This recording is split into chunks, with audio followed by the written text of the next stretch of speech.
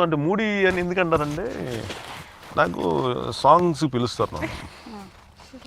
Songs ఇప్పుడు నన్ను Switzerland తీసుకెళ్తారు. స్విట్జర్లాండ్ తీసుకెళ్ళి వాళ్ళు డాన్స్ మాస్టర్స్ ఇలా ఇచ్చి ఏదో రకరకాల స్టెప్ నేర్పిస్తుంటారు నాకు. నేను చూస్తాను, నాకేమో ఇబ్బందిగా ఉంటుంది, ఎబ్బెట్టుగా ఉంటుంది అలా చేయాలని. సడన్గా ఇప్పుడు దాకా కొంచెం ఇలా మాట్లాడి అక్కడికి వెళ్ళి డ్యాన్స్ చేయమంటే నాకు అసలు బాడీ కథం లోపల నుంచి. నాకు పై వీళ్ళందరూ ఎవరెవరో చూస్తుంటారు రోడ్ల మీద, నాకేమో వాళ్ళందరం చూడగానే అసలు ఇంకా లోపల కొంచెం నేను అంటాను, మీరు ఎవ్వరు జనం లేని చోట నన్ను తీసుకెళ్ళాను, అక్కడ ఏదో ఇంకా తప్పదు కాబట్టి చేసేస్తాను, మనం రోడ్ల మీద పెడతామంటే నేను చాలా పారిపోతున్నాను.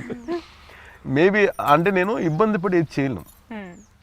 అసలు నేను మెంటల్ ప్రిపేర్ అవ్వాలి. నేను ఇలాంటి చోట్ల చేస్తున్నాయి కొన్ని, అంటే నేను చేస్తాను, నేను ప్రిపేర్ అవ్వాలి దానికి. అదే పార్ట్ ఆఫ్ మై క్యారెక్టర్ అంటే చేస్తాను తప్ప ఆఫ్ ది క్యారెక్టర్ సడన్గా ఆ రోజుకి షిఫ్ట్ అవ్వమంటే షిఫ్ట్ అవ్వాలి. అది నాకు సమస్య ఉంది.